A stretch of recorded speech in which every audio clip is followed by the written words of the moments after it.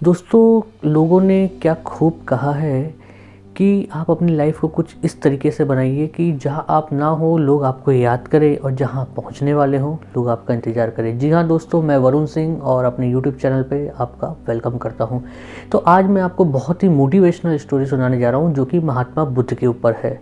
महात्मा बुद्ध एक बार जो है अपने शिष्य आनंद के साथ प्रवचन करने को निकले। तो उनकी काफ़ी उम्र हुई थी, उसके दौरान भी वो जो है कि प्रवचन देने के लिए जाया करते थे। तो जब काफ़ी दूर हो गया अपने शिष्य को लेके, वो गांव के रास्ते पे चलते रहे और गांव नहीं आया।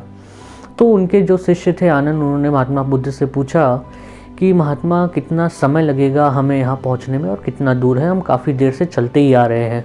तो महात्मा बुद्ध ने बोला कि भाई आनंद, ऐसा है कि चलते रहो और हम बस पहुँचने ही वाले। ये कहते कहते वो मतलब महात्मा और आनंद जो है 4-5 किलोमीटर उन्होंने रास्ता तय कर लिया। 4-5 किलोमीटर रास्ता तय करने के बाद उनको एक किसान मिला जो कि अपने खेतों में काम कर रहा था। तो किसान ने महात्मा बुद्ध ने किसान से पूछा कि भाई अभी गांव का रास्ता कितना दूर है। तो किसान उनको देखा, प्रणाम किया, हंसा और बोला कि महात्मा, ऐसा है कि बस 2 किलोमीटर आपको और चलना है, 2 किलोमीटर आपको गांव मिल जाएगा। ये सुन के महात्मा और जो उनका शिष्य था आनंद, वो आगे बढ़ चले। जब उन्होंने 2-4 किलोमीटर और सफ़र तय कर लिया, तय करने के बाद उनको एक बूढ़ी अम्मा दिखाई दी।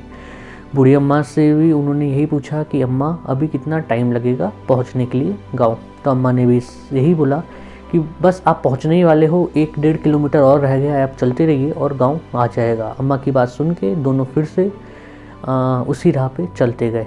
चलते चलते जब आनंद थक गया, वो निराश हो गया कि भाई अब तो गांव आ ही नहीं आ रहा है, हमने 2 लोगों से पूछ लिया, बार बार लोग यही कह रहे हैं कि 2 किलोमीटर रह गया, 1 किलोमीटर रह गया।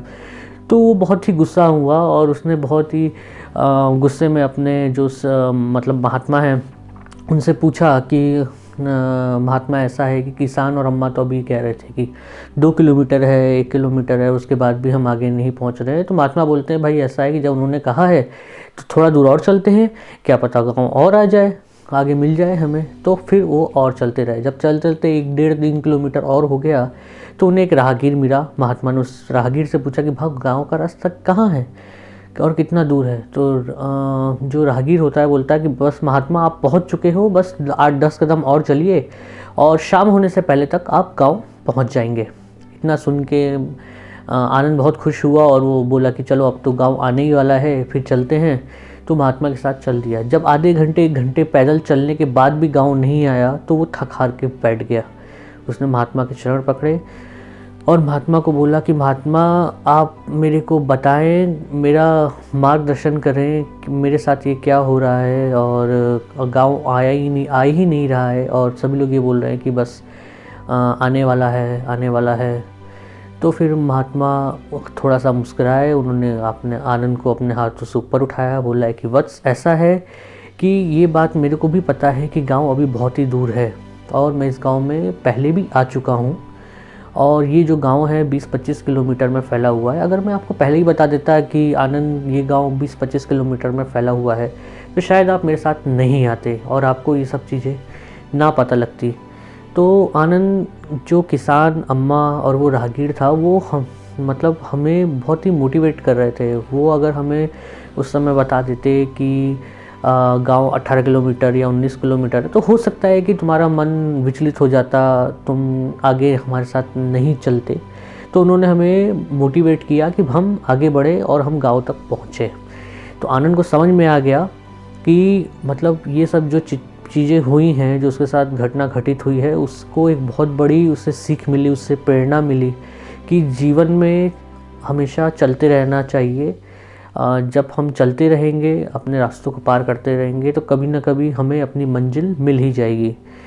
तो इस तरीके से आनंद और महात्मा बुद्ध गांव पहुंच जाते हैं। तो दोस्तों, कैसा लगा आपको मेरा आज का ये स्टोरी? और आज की जो ये वीडियो मैंने बनाई थी, इसका जो मोटो था सिर्फ यही था कि हमें लाइफ में 2 तरीके के लोग मिलते हैं। एक वो जो हमें मोटिवेट करते हैं और दूसरा वो जो हमें डिमोटिवेट करते हैं। तो अब ये हमारे ऊपर डिपेंड करता है कि हम उनकी बातों को किस तरीके से लें। कुछ लोग होते हैं जो हमें मोटिवेट करते हैं कि हाँ आप आगे चलते रहो, हम आपके पीछे खड़े हैं और आपको सफलता मिलेगी चाहे कितनी भी कठिनाई हो। और कुछ ऐसे लोग होते हैं जो हमें डीमोटिवेट करते हैं, हमें डरा देते हैं कि नहीं भाई वो चीज़ें मत करो, इससे ये हो जाएगा वो हो जाएगा। तो अब ये हमारे ऊपर डिपेंड करता है कि हम उनकी बातों को किस तरीके से अपने लाइफ में ऑब्जर्व करें। तो दोस्तों कैसे लगी आपको मेरी स्टोरी, मेरे को प्लीज़ कमेंट करिएगा, शेयर करिएगा।